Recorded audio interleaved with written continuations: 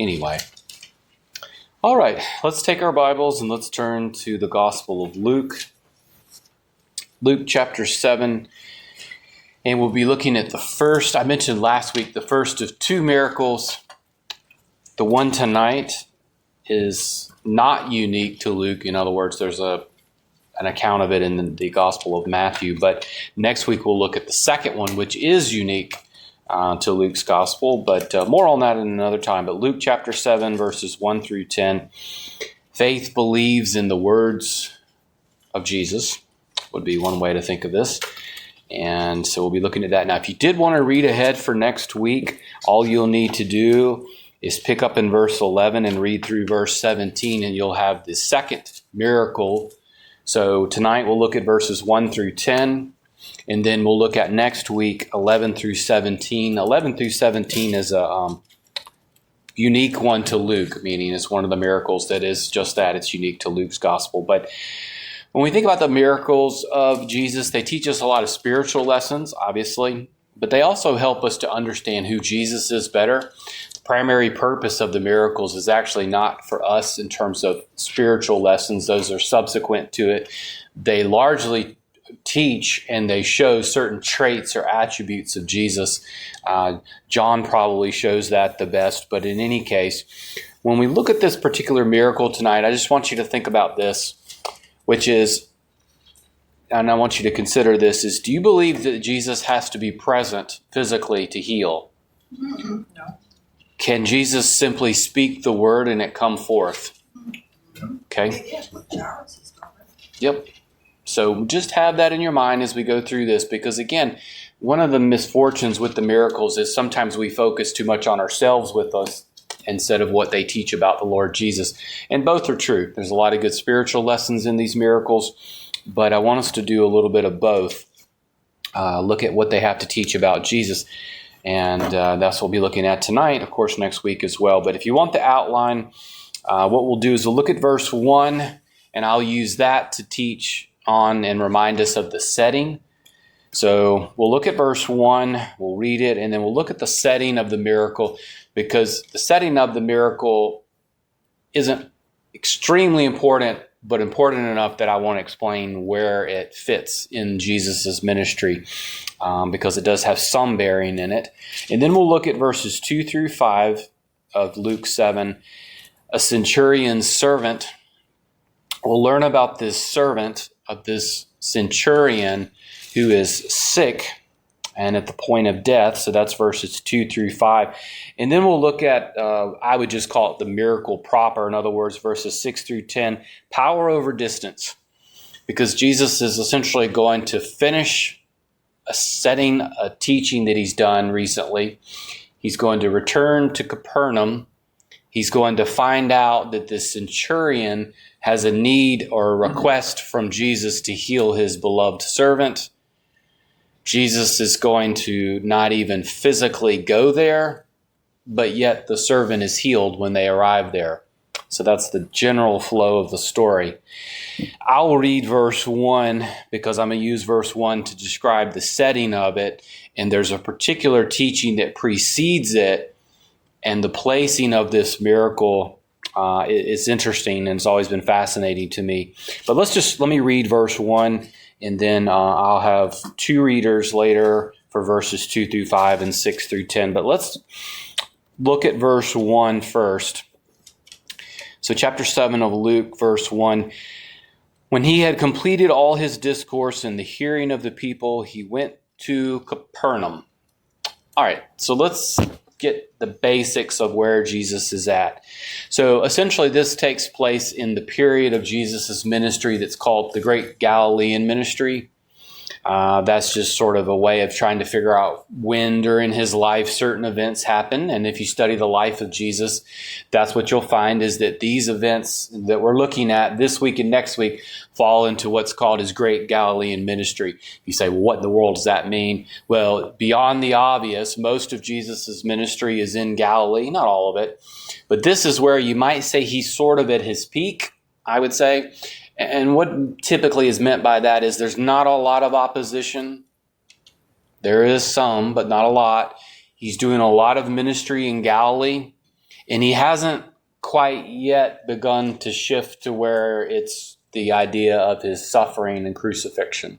Okay, so that's just a time period. It's just sort of what it's called, and some of the different events that happen in his life. Now, I want you to look at what precedes it. You say, well, what do you mean? Well, look in chapter 6, and what you'll find is, and I'll show you this a little bit here, and I'm not going to digress on this too much and get us off track. But look at Luke 6. Of course, that's what precedes it. Hopefully, because if not, you're in trouble. You need to get you a new Bible. But in all kidding aside, so essentially what happens is Jesus chooses the 12 disciples. That's what you see in verses 2 through 12, through 16. But then notice it says Jesus comes down and he stands on the level plain. And then in verse 20, he begins to teach, blessed are the poor. You probably recognize that. This is, and I'm going to explain this just in brief because I don't want to get us too far off the beaten path here. So the miracle takes place at the end of what we think of as the Sermon on the Mount, okay? I'll just explain this in brief terms. It doesn't really relate to this too much, but just so you have an idea in case you run across this. The Sermon on the Mount proper is Matthew 5 through 7. Luke has a recording of it, or a rendering or an account of it, and we see that if you want to read it sometime, picks up in verse 20, and it goes through verse 49 of Luke 6. Now, some suggest that this is either an abridged version of the full one. The full one is the one you know, from Matthew 5 through 7.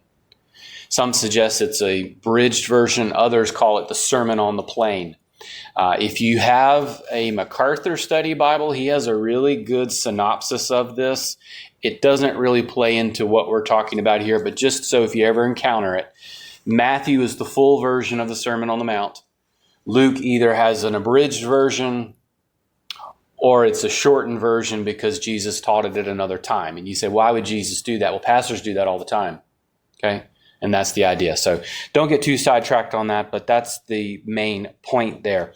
But what I want you to notice is that Jesus finishes, and for purposes of simplicity, he finishes this discourse, the Sermon on the Mount as we know it. But I want someone to read for me verses 46 through 49 in just a moment.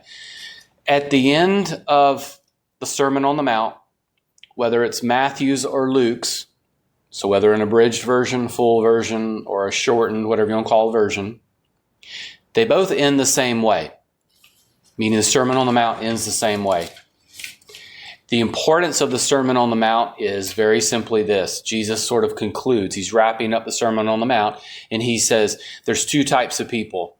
There are those who will hear my words, believe, and live their lives based on my words, or the other category, they'll reject my words and they won't. Okay? And this sets the stage a little bit for what we're going to see with the centurion. So someone read verses 46 through 49 for me, if you would. It's chapter 6. Yeah, if you don't mind. Why do you call me Lord, Lord, and do not do what I say? Everyone who comes to me and hears my words and acts it, and immediately it collapsed, and the ruin of that house was great. All right. Thank you, Gene. So pretty straightforward, right? For our purposes, two types of people. Sorry, there's not a third one, but there's two types. You either hear the words of Jesus, if you think about the ending of the Sermon on the Mount, and you live them out. You decide you're going to live your life based on the authority of Jesus' words, or you're not.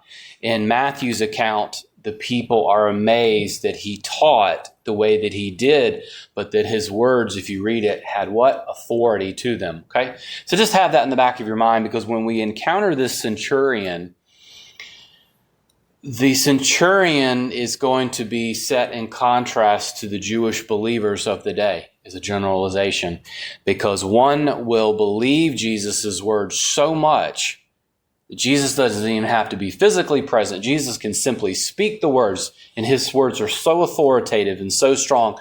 All Jesus has to do is speak, and it is, in a sense. Okay? Now, if you notice as well the setting, we see sort of where we are. This is really a little bit more so for next week. But you'll notice that Jesus, of course, so he finishes the Sermon on the Mount, which is in the region of Galilee, there on the Sea of Galilee, that that general area. And then he goes to Capernaum, which is I call it his headquarters. That's essentially what it's typically called. You see that in Matthew 4:13. All that to say, Jesus has finished teaching the Sermon on the Mount. He leaves. He makes his way to Capernaum. And then he's going to be introduced to, and there's this scene change, and this centurion is going to come who is this prominent figure, and he's going to approach Jesus. But what you're going to find is a contrast. The elders of the day, the Jewish leaders, are going to be in contrast to this centurion who is a Gentile. And this Gentile is going to be a little unusual for a Roman, if we will, soldier or captain of the army, we might think of. So someone read verses 2 through 5, and we're going to be encountering this centurion's servant who has a problem, and the centurion goes to Jesus, and we'll deal more with that later. But verses 2 through 5, would someone read those for me? I'll do it. 2 through 5? Yes. 7. Yep. And a centurion's slave who was highly regarded by him was sick and about to die. And it was he who built us our synagogue. All right. So we move in here. So the scene changes, if you will. If you think of these as sort of like a play or whatever, if it helps you visualize it. Jesus finishes his Sermon on the Mount. He makes his way to Capernaum, where the headquarters typically is thought of there.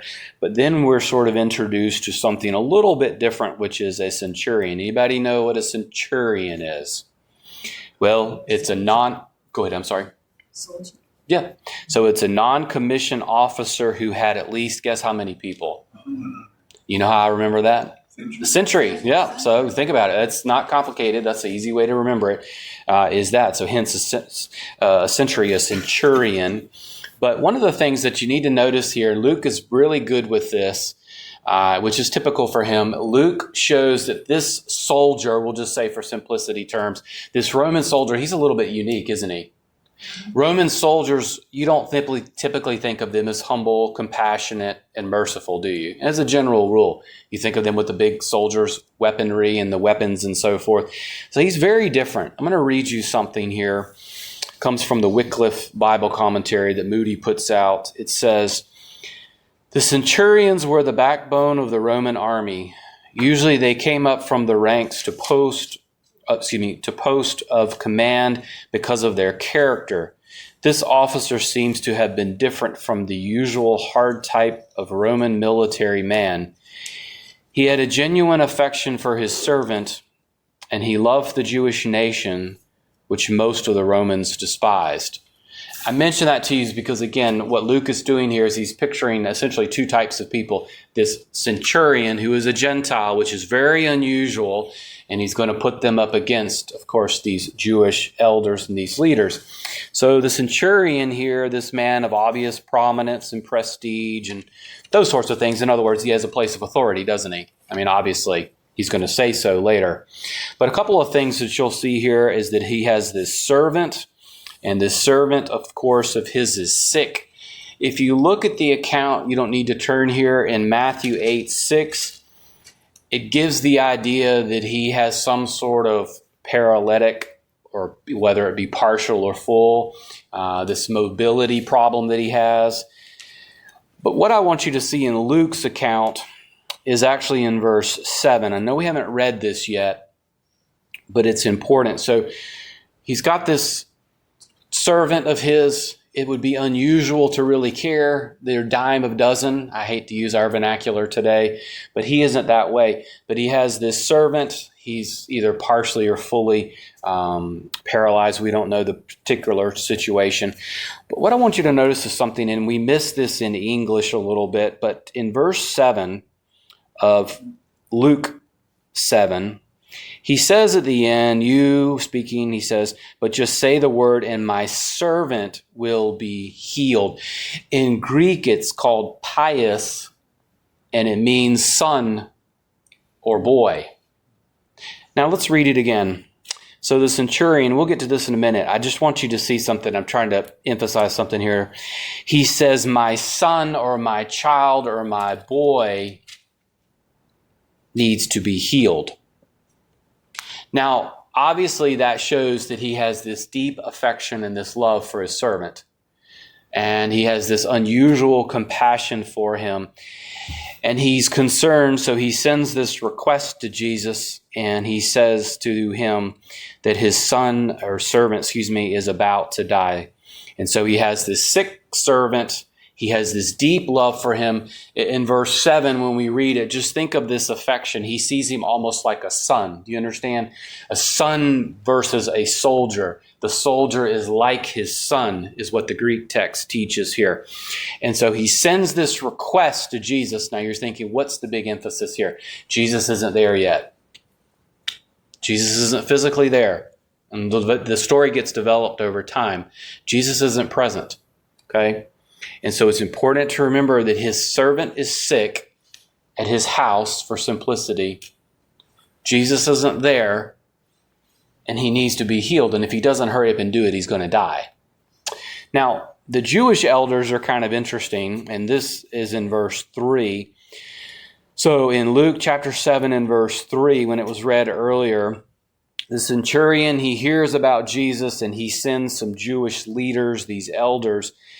And it's kind of interesting because, again, you have to think about the context. Usually the Roman soldiers and the Jews and the synagogues and all these officials, they usually bickered and butted heads.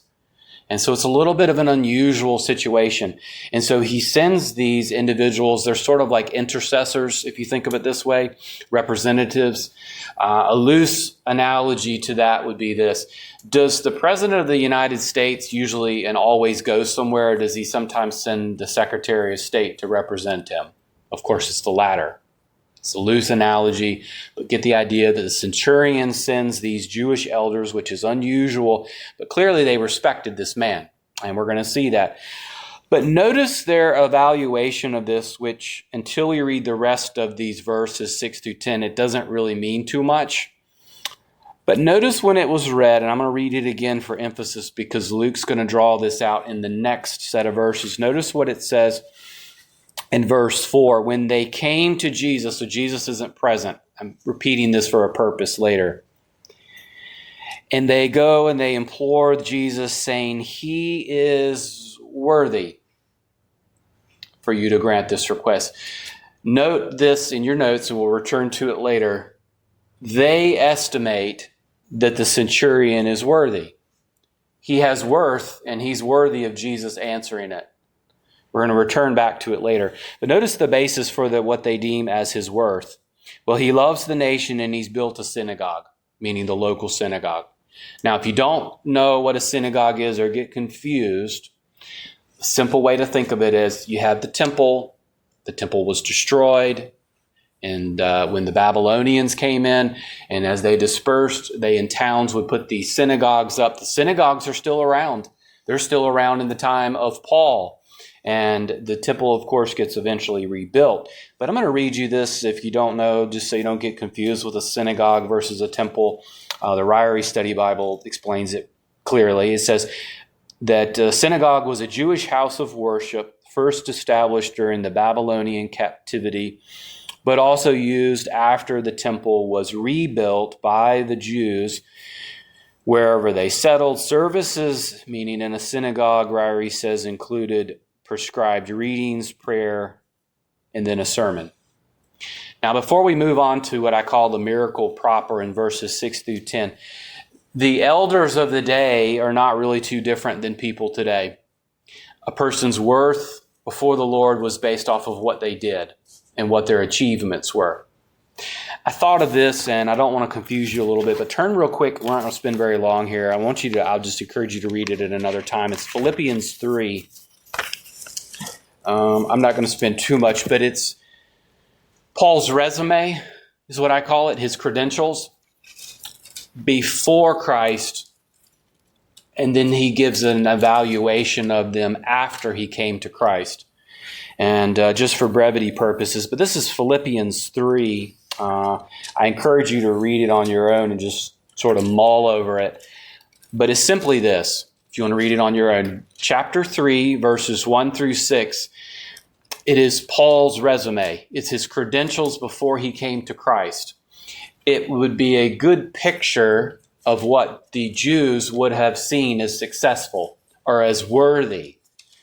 And you'll notice all of these things are, if you will, things we probably would say on the one hand, they're certainly not wrong, but then we're going to see the differences. And you can just see these, for example, in verse 4, although I myself have confidence in the flesh. Notice verse 5, these credentials, his resume before Christ. He said, I was circumcised on the 8th day. I was of the nation of Israel, the tribe of Benjamin.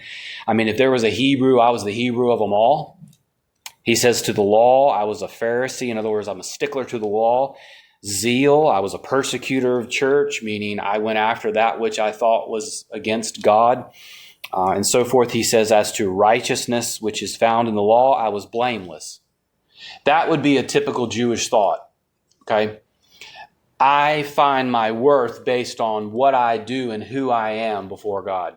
It's sort of this idea of, and we do the same thing today, how can I earn God's favor? But notice what changes in Paul. And I'll tell you to go back and read this on your own and just reflect on it. Verses 7 through 11 show how after he came to Christ, everything changed. His evaluation on those things changed. Notice what he says. But whatever things were gained to me, those things I have counted as loss for the sake of Christ.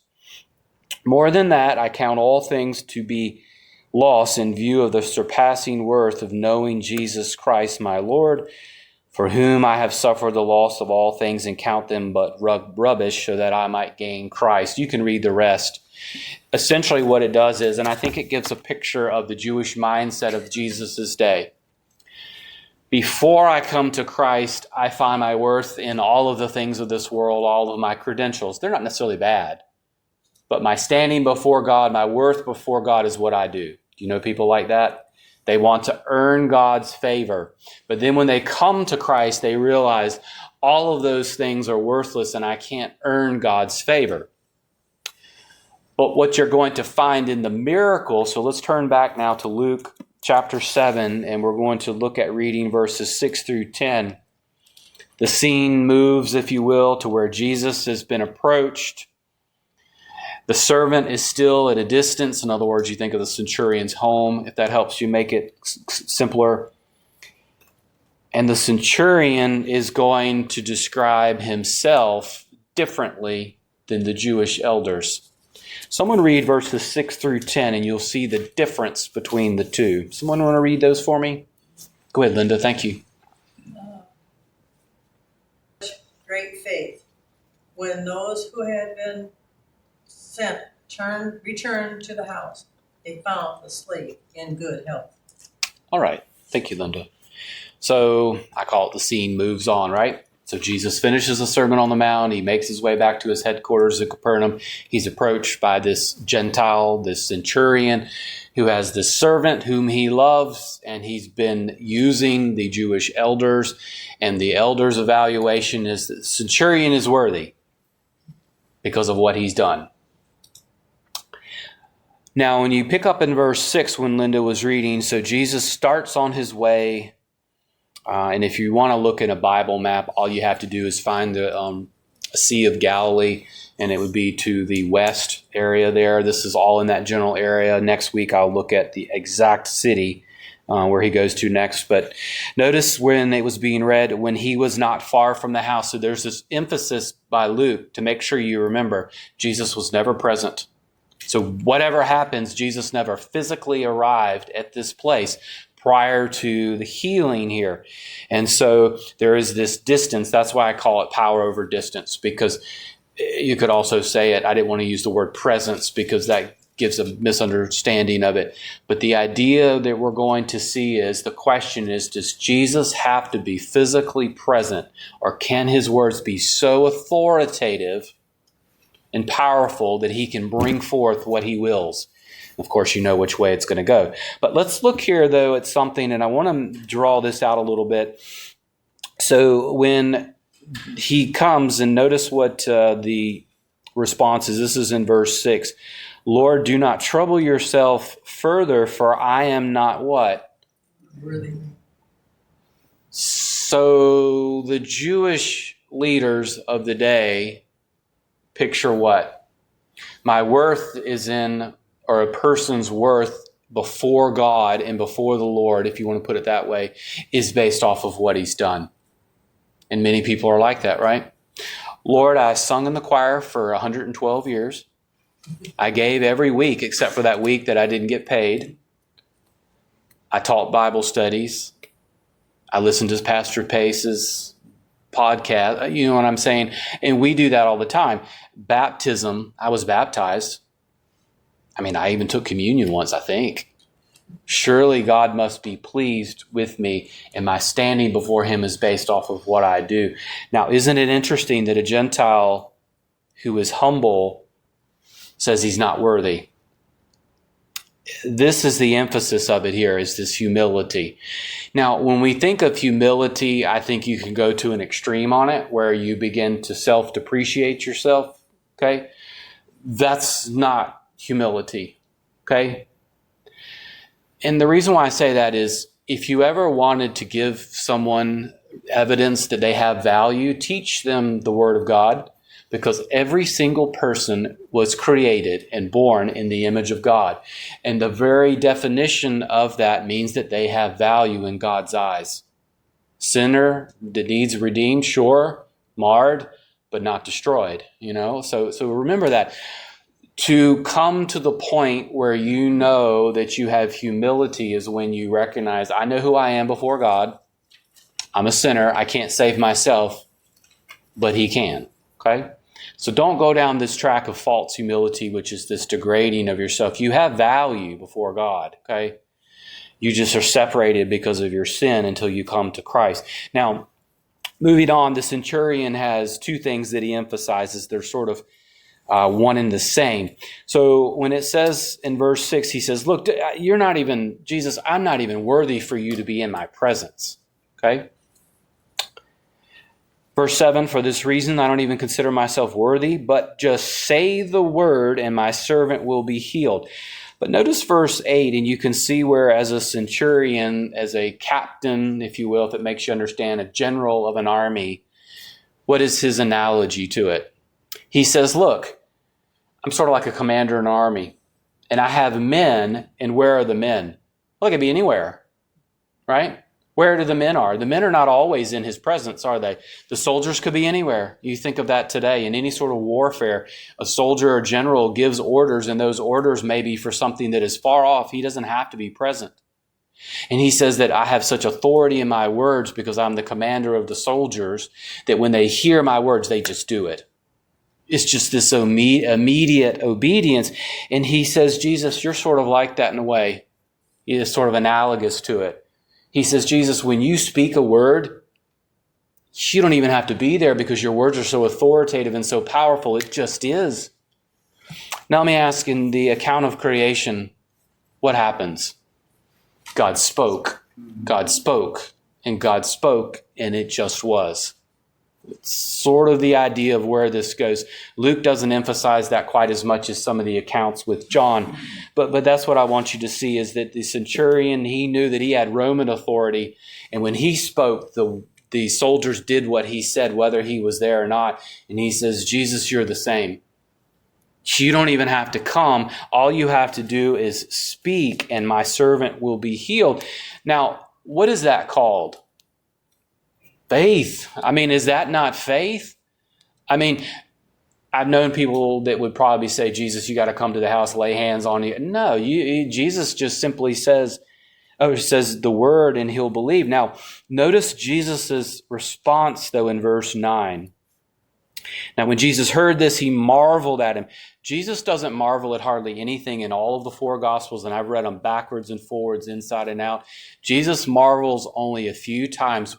Typically, though, it is at the unbelief of the Israelites. He just cannot believe. They don't believe because he dots all the I's and crosses all of the T's of the Messiah. But the Gentiles, for some reason, he's marveled that how could they believe? They're not even Jewish.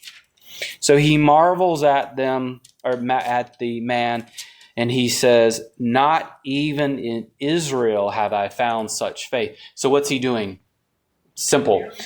The Gentiles are pictured as being welcoming and receiving, whereas the nation of Israel had all of the promises and blessings, and they just can't believe, can they? They can't get past themselves. And so what happens in the story is pretty simple. Notice, so Jesus says, look, you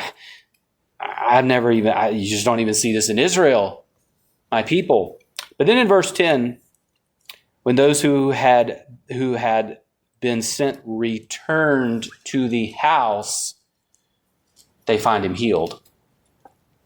Jesus healed, and if you read the account in Matthew, it gives this idea that when the time of the healing occurred was probably about the same time roughly as when Jesus spoke those words. The point is that when Jesus, I guess, willed or decided he was going to heal him, he didn't even have to go.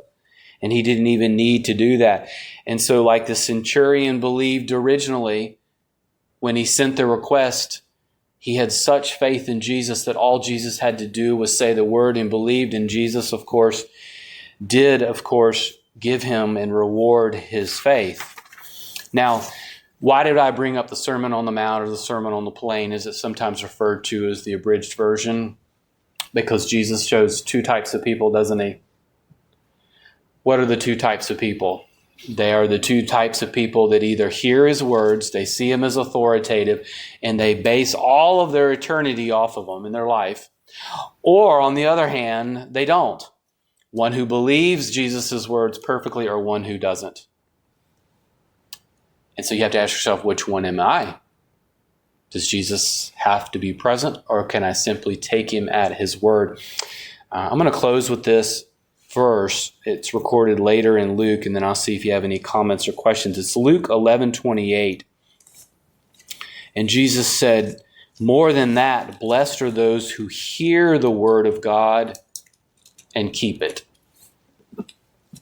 So who is the blessed person? It's the one who hears the word of God, sets his life on it, builds his house, his foundation, in other words, his life on the words of God, because God's words don't fail. If you are like the man at the end of the Sermon on the Mount who puts trust in man's words, what happens when the storms come? Just washed away.